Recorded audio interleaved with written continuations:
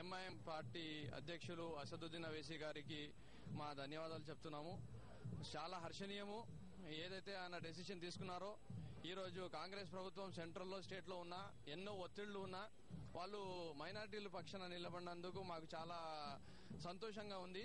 అదే విధంగా మేము వైఎస్ఆర్ కాంగ్రెస్ పార్టీలో ఉండే మైనారిటీ నాయకులు గత 1 సంవత్సరం నుంచి చెప్తున్నాము, కాంగ్రెస్ ప్రభుత్వం కంప్లీట్ గా మైనార్టీలకి వదిలేసింది, గాలిని వదిలేసినట్లు వదిలేసింది. మమ్మల్ని ఓట్ బ్యాంక్ లక్కనే మార్చుకోయింది. మమ్మల్ని పట్టించుకోవడం లేదు.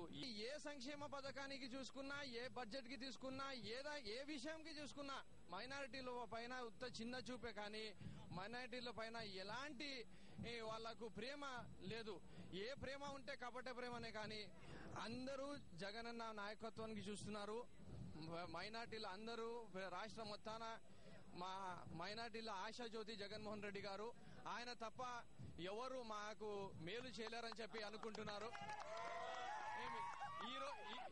ఈ రోజు షర్మిలమ్మ పాదయాత్ర కూడా చూస్తే కడపలో చూడండి, అనంతపూర్లో చూడండి, కర్నూలు జిల్లాలో చూడండి, మైనారిటీలు ఎక్కడ చూసినా బ్రహ్మరథం పట్టినారు. ఏ ప్రభుత్వంలో మాకు న్యాయం జరగలేదు. మాకు న్యాయం జరిగింది రాజశేఖర రెడ్డి ప్రభుత్వంలోనే. ఆయన లేకుని కోసం ఈ రోజు ఆయన జగన్ ఈ పార్టీ పెట్టి ముందుకు వచ్చిన కోసం మేము అందరూ మైనార్టీ వాళ్ళందరూ జగన్ కే సపోర్ట్ ఇచ్చేది, జగన్ ద్వారానే కల్పించి ఆయనకు మినిస్టర్ చేపించి చూపిస్తాం. అది 100% ఛాలెంజ్. ఇది